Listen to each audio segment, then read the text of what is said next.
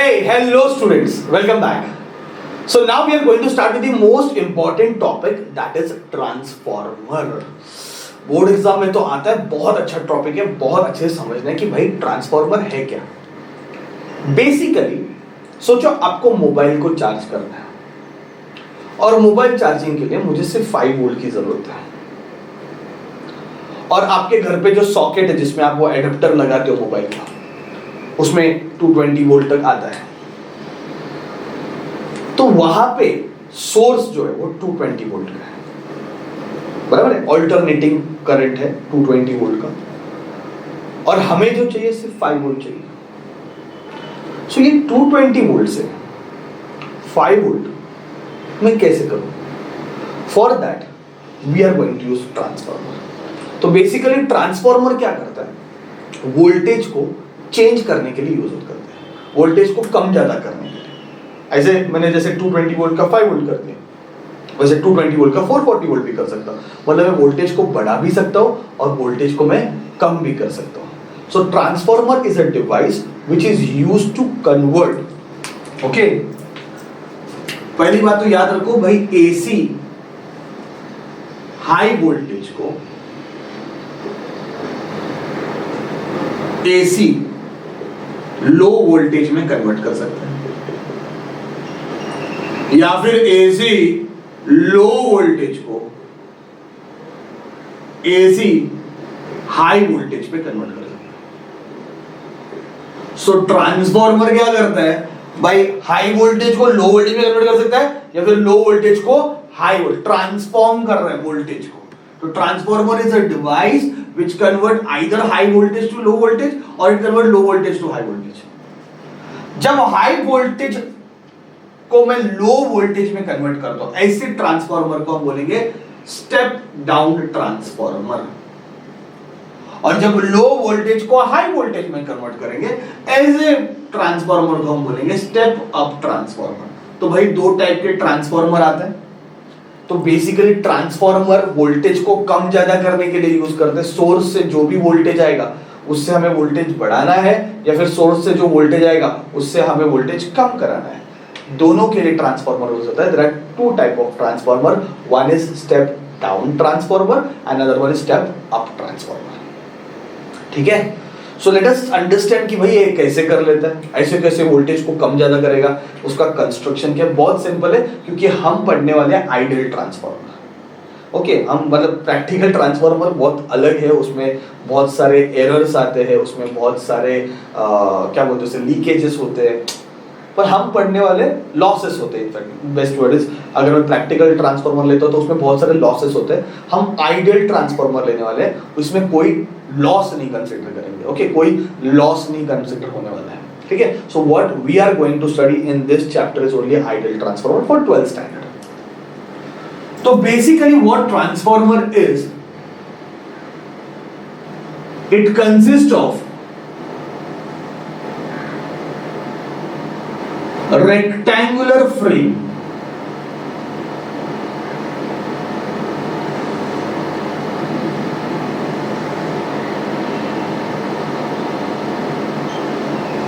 of iron।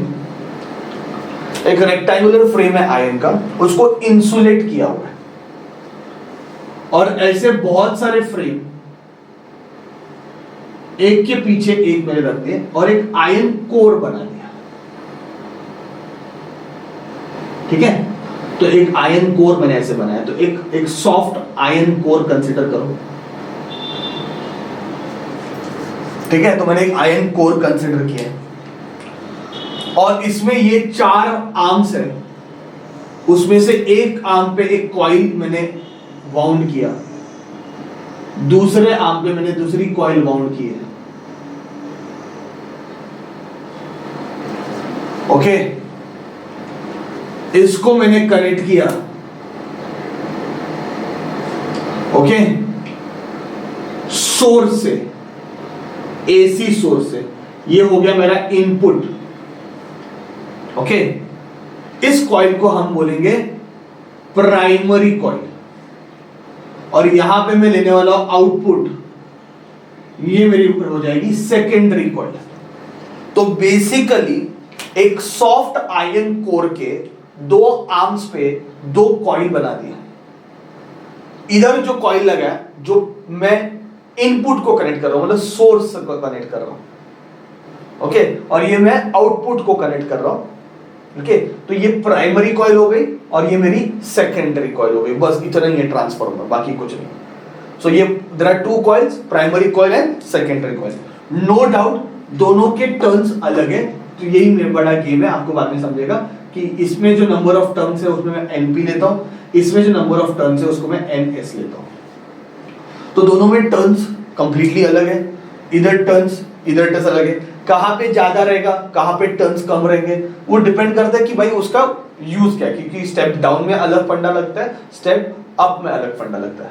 तो बस यहां पे याद रखो कि इसमें नंबर ऑफ टर्न्स एनपी है, इसमें नंबर ऑफ टर्न्स एनएस है, दोनों अलग होते हैं, ठीक है, नंबर ऑफ टर्न्स। अब मजा देखिए, ये मैंने कॉइल एक सोर्स से कनेक्ट की। कौन सा सोर्स है? एसी सोर्स है। भाई एसी सोर्स कैसे होता है? फ्लक्चुएटिंग होता है भाई, फ्लक्चुएटिंग होता है, ऐसे फ्लक्चुएट होता है, फ्लक्चुएट। फॉर एग्जांपल मैंने इधर 100 वोल्ट वाला सोर्स लगाया, तो ये क्या होता है, 100 वोल्ट वाला एसी मतलब क्या, ये 0 से 100 जाएगा, 100 से 0 हो जाएगा, ओके, 0 से 100 जाएगा, 100 से 0 हो जाएगा, फिर उसका डायरेक्शन चेंज होएगा, फिर 0 से -100 हो जाएगा, -100 से फिर से 0 हो जाएगा, ठीक है, मतलब फ्लक्चुएट हो रहा है, कांस्टेंट 100 वोल्ट नहीं जा रहा है। ये डायरेक्ट करंट नहीं है, ये अल्टरनेटिंग करंट, इसमें कांस्टेंट नहीं जा रहा है। इसमें 0 से 100 जा रहा है, फिर 100 से 0 आ गया, फिर से 0 से 100 गया, पर डायरेक्शन चेंज हो गया। मतलब सोचो पहला ये प्लस बना, ये माइनस बना, समझ लेते हैं, ये वाला एंड प्लस बना, ये वाला एंड माइनस बना, वैल्यू 0 से 100 गई, 100 से 0 आ गई, फिर ये माइनस बनता है और ये प्लस बनता है, फिर से वैल्यू 0 से 100 गई, 100 से 0 हो गया, ठीक है। ये अल्टरनेटिंग करंट है, फ्लक्चुएट होता है यार। और अपने घर पे जो आता है उसमें फ्रीक्वेंसी 50 हर्ट्ज है, मतलब अपने घर पे जो इलेक्ट्रिक सप्लाई आता है उसकी फ्रीक्वेंसी 50 हर्ट्ज है। इसका मतलब एक सेकेंड में ऐसे 50 साइकिल बनते हैं, 50 साइकिल्स। ये 1 साइकिल है, 0 से 100, 100 से 0, 0 से -100, -100 से 0, ये एक साइकिल है। ऐसे 50 साइकिल्स बनते हैं एक सेकेंड में, ये फ्रीक्वेंसी है। अपने घर पे जो अल्टरनेटिंग करंट है उसकी मैं बात कर रहा हूं, ठीक है। तो कम ऑन बच्चों, कम ऑन, एकदम सिंपल से बात करते हैं। प्राइमरी कॉइल है, उसको मैंने एक सोर्स से कनेक्ट किया। ये कौन सा सोर्स है? एसी सोर्स है, ओके। प्राइमरी कॉइल है, उसको मैंने एक सोर्स से कनेक्ट किया, ओके, एसी सोर्स है। एसी सोर्स मतलब जिसमें करंट वोल्टेज चेंज होते रहते हैं कंटिन्यूअसली, बढ़ते रहता है, कम होता रहता है, डायरेक्शन चेंज होता है, बढ़ता है, कम होता है। मतलब अगर आप बात करोगे तो ये अगर ऐसी कॉइल ले ली और ये कॉइल अगर मैंने एसी सोर्स से कनेक्ट किया तो पहला प्लस बनेगा, माइनस बनेगा, करंट ऐसे भागेगा, फिर ये प्लस बनेगा, ये माइनस बनेगा, करंट ऐसे भागेगा। मतलब करंट ऐसे ऐसे ऐसे ऐसे ऐसे ऐसे, और ऊपर से करंट बढ़ रहा है, कम हो रहा है, बढ़ रहा है, कम हो रहा है, बट कंटिन्यूअस चल रहा है यार। मतलब जैसे करंट बढ़ेगा, सोचो जैसे सपोज इसमें से करंट 10 एम्पीयर हो रहा है, तो 0 से 10 एम्पीयर हो गया करंट। जैसे ही करंट 0 से 10 एम्पीयर हो गया तो लाइंस ऐसे बढ़ गए। करंट बढ़ने से फ्लक्स बढ़ता है, ये सॉल्व, यही तो पढ़ते आ रहे हैं। लाइंस बढ़ेंगे, मैग्नेटिक फील्ड बढ़ेगा, फिर वापस 10 एम्पीयर से 0 हो गया, फिर ये लाइंस कम हो गए, ये लाइंस निकल गए। मतलब पहला फ्लक्स बढ़ा, फिर फ्लक्स कम हो गया, फिर ये माइनस बना, सॉरी ये प्लस बना, ये माइनस बना। पहले क्या कहता है, ये प्लस और ये माइनस बना था, अभी डायरेक्शन चेंज हो गया, अभी ये प्लस हो गया और ये माइनस हो गया। फिर से अब क्या होगा, 0 से 10 बढ़ेगा और फिर वापस 10 से 0 हो जाएगा। तो फिर से अभी लाइंस इधर बनेंगे। ये अल्टरनेटिंग करंट होता है। तो try to understand, alternating current में लाइंस ऐसे बढ़ते कम होते, लाइंस बढ़ेंगे कम होंगे, लाइंस बढ़ेंगे कम होंगे, ऐसे। तो यहां पे लाइंस बन रहे हैं, मैग्नेटिक फ्लक्स कंटिन्यूअसली चेंज हो रहा है, कंटिन्यूअसली चेंज हो रहा है, रुकने का नाम ही नहीं है भाई, कंटिन्यूअस फ्लक्स चेंज हो रहा है। भाई प्राइमरी कॉइल फुल परेशान हो गई। एक तो कॉइल को चेंज पसंद नहीं है और ये तो महाभयंकर चेंज हो रहा है। ठीक है, कंटिन्यूसली फ्लक्स चेंज हो रहा है, कॉइल को बिल्कुल पसंद नहीं। कॉइल क्या करती है, अपोज करती है। कॉइल खुद में ईएमएफ को इंड्यूस करेगी और खुद के करंट को खुद ही अपोज करेगी, that is called self inductance. Okay, तो कॉइल अपने में ईएमएफ इंड्यूस करती है, वो ईएमएफ कितना रहेगा जो प्राइमरी कॉइल में इंड्यूस होता है, it is minus NP d phi by d t. इसमें जो फ्लक्स चेंज हो रहा है with respect to time, let us say it is d phi by d t, तो यहाँ पे flux is changing with respect to time, that is d phi by d t. इसमें number of turns NP है, तो क्या आएगा minus NP d phi by d t. जितना flux change होगा उतना ईएमएफ इंड्यूस होगा, फैराडे लॉ। जितना फ्लक्स चेंज होगा उतना ईएमएफ क्या होगा, इंड्यूस होगा। यही सबसे पहला फॉर्मूला हमने देखा फैराडे लॉ वाला। इज इट क्लियर, समझा? मैं सिर्फ प्राइमरी कॉइल के बारे में बात कर रहा हूं। Primary coil is connected to a source. कौन सा source, AC source. AC source मतलब महाभयंकर फ्लक्चुएशन चल रहा है, महाभयंकर उसका करंट चेंज हो रहा है, बढ़ रहा है, कम हो रहा है, डायरेक्शन चेंज हो रहा है, बढ़ रहा है, कम हो रहा है, डायरेक्शन चेंज हो रहा है, बढ़ रहा है। एक साइकिल ऐसे एक सेकंड में 50 बार होता है, पागल। मतलब ये जो फ्लक्स बन रहा है, ये कंटिन्यूअसली चेंज हो रहा है, इस कॉइल को बिल्कुल पसंद नहीं आता। कॉइल क्या करती है, अपोज करती है, खुद में ईएमएफ को इंड्यूस करेगी। किसी तरह एनी हाउ यहां पे जो लाइंस बन रहे हैं, है ना, यहां पे ऐसे जो फ्लक्स बन रहे हैं, let us draw it different pen. यहां पे जो फ्लक्स बन रहे हैं, यहां पे जो लाइंस बन रहे हैं, किसी तरह अगर इस कॉइल के साथ लिंक हो गए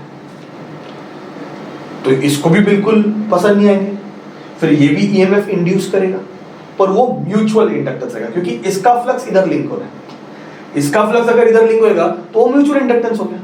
तो इसमें अगर फ्लक्स लिंक हो गया, इसको भी पसंद नहीं आएगा, है कि नहीं? तो ये भी अपने एंड में ईएमएफ को क्या करेगा, इंड्यूस करेगा। ये भी अपने एंड में ईएमएफ को क्या करेगा, इंड्यूस करेगा। तो यहां पे फ्लक्स चेंज हो रहा है, किसी तरह यहां का फ्लक्स चेंज इधर आना चाहिए, किसी तरह यहां का फ्लक्स चेंज इधर आना चाहिए। बस मेरा यही एम है, और वो ऑलरेडी आ रहा है, वो ऑलरेडी आ रहा है। वही तो बड़ा गेम है, अपने को कुछ एक्स्ट्रा मेहनत करने का जरूरत नहीं है, ऑलरेडी आ रहा है, क्योंकि ये पूरा आयन का बना हुआ है, ये पूरा आयन का बना हुआ है। आयन फेरोमैग्नेटिक मटेरियल है, आयन खुद मैग्नेट बन जाता है। तो यहां पे जो लाइंस बन रहे हैं वो ऑलरेडी यहां पे आ रहे हैं, अपने को और कुछ करने का जरूरत नहीं है। मतलब यहां का जो फ्लक्स चेंज हो रहा है वो ऑलरेडी यहां पे आ रहा है। Do you understand what I am saying? यहां पे जो फ्लक्स चेंज हो रहा है वो ऑलरेडी यहां पे आ रहा है, क्योंकि आयन में क्या हो रहा है, पूरा आयन मैग्नेटाइज हो गया यार, पूरा आयन, पूरा सॉफ्ट आयन को पूरा मैग्नेटाइज, तो ये सारे लाइंस यहां पे पसर गए।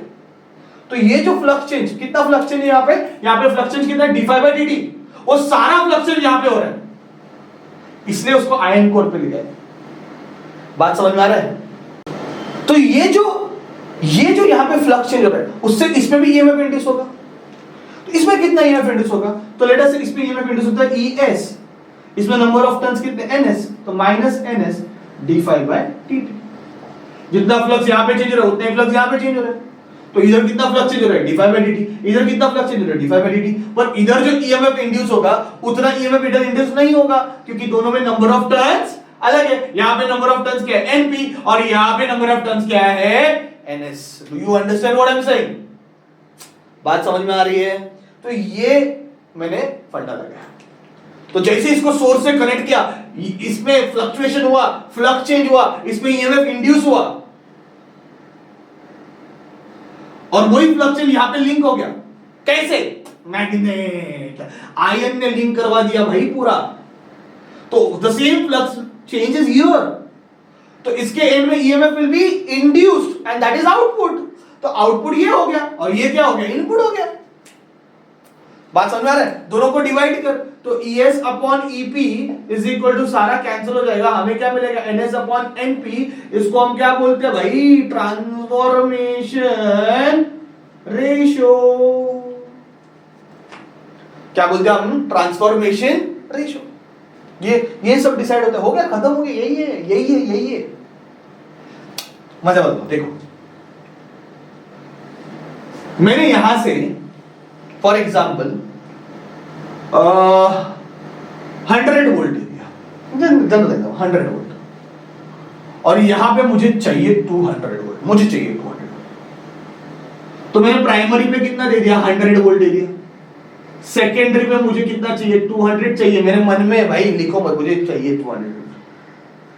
तो मैं यहां पे नंबर ऑफ टर्न्स प्राइमरी में मैं डालता हूं, सपोज 50 टर्न्स डाले, प्राइमरी में नंबर ऑफ टर्न्स कितने डाले, 50। तो सेकेंडरी में नंबर ऑफ टर्न्स कितने डालने पड़ेंगे, 100 डालने पड़ेंगे। चेक करो, अगर मैंने यहां पे 50 टर्न्स लगाए और यहां पे 100 टर्न्स लगाए, यहां से 100 वोल्ट दिया, यहां पे कितना भार आएगा चेक करते। तो it is ES upon EP is equal to NS upon NP, that is equal to 100 upon 50, 1 जा 2 जा। तो what is ES, it is 2 times EP।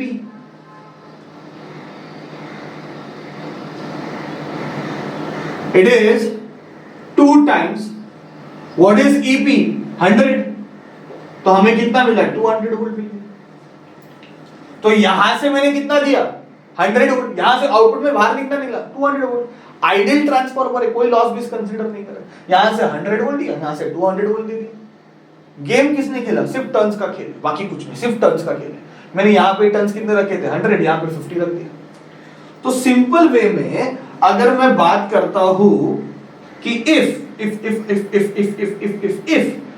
my number of turns is secondary is greater than number of turns in primary, secondary के turns ज्यादा है, primary के turns कम है, तो output पे ज्यादा पोटेंशियल बनेगा इनपुट से हमेशा। तो ये कॉन्सेप्ट किसका हो गया, स्टेप अप का। ये कॉन्सेप्ट किसका हो गया, स्टेप अप का। बात समझ में आ रहा है ना।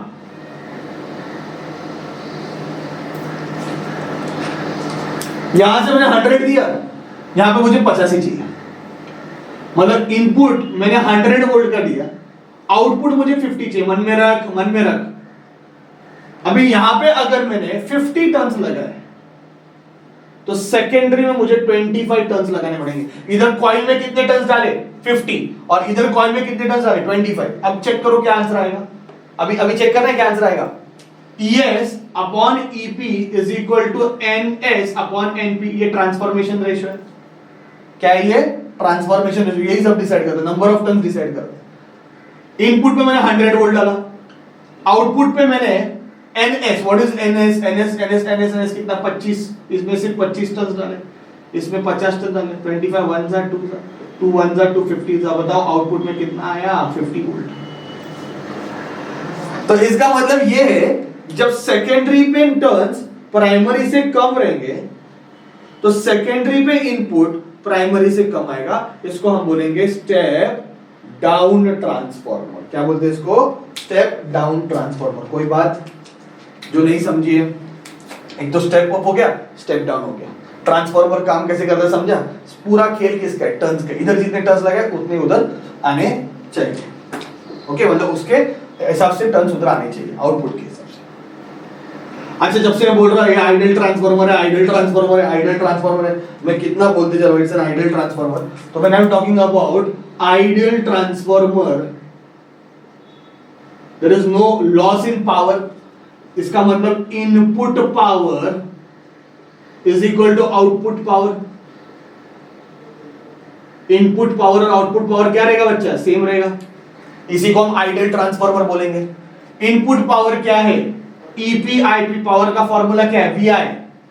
बच्चा पावर का फॉर्मूला क्या है, VI, इलेक्ट्रिक पावर का। V के बदले इस चैप्टर में क्या है, EP। IP is equal to ES IS। तो मुझे बताओ what will be ES upon IS। ES upon EP। ES upon EP के बदले IP अपॉन IS आएगा। ठीक है, तो अल्टीमेटली मैं बोल सकता हूं भाई ES upon EP is equal to NS upon NP is equal to, उल्टा करंट के लिए उल्टा हो रहा है, देख IP अपॉन IS हो रहा है, करंट के लिए उल्टा हो रहा है। मतलब ये है कि अगर स्टेप अप है तो करंट प्राइमरी में सेकेंडरी से ज्यादा रहेगा, और स्टेप डाउन है तो करंट सेकेंडरी में प्राइमरी से ज्यादा रहेगा। एक वोल्टेज में बात होती है और या फिर करंट में बात होती है। तो करंट के लिए उल्टा है, याद रखना, इनवर्स रिलेशन है, और पोटेंशियल के लिए डायरेक्ट रिलेशन है। खत्म हो गया भाई, ट्रांसफार्मर इतना ही है। तो basically transformer is a device जो वोल्टेज को ज्यादा और वोल्टेज को कम करने के लिए होता है, either it is used for step up और it is used for step down, ठीक है। And then this is what the concept is. अच्छे से सुनना, डिस्क्रिप्शन में लिखा, अच्छे से पढ़ना, बहुत इंपॉर्टेंट आंसर है, एग्जाम में आने का ब्राइट चांसेस है, ऑप्शन में डालने का नहीं, मस्त पढ़ के जाना, ठीक है बच्चों। Thank you very much.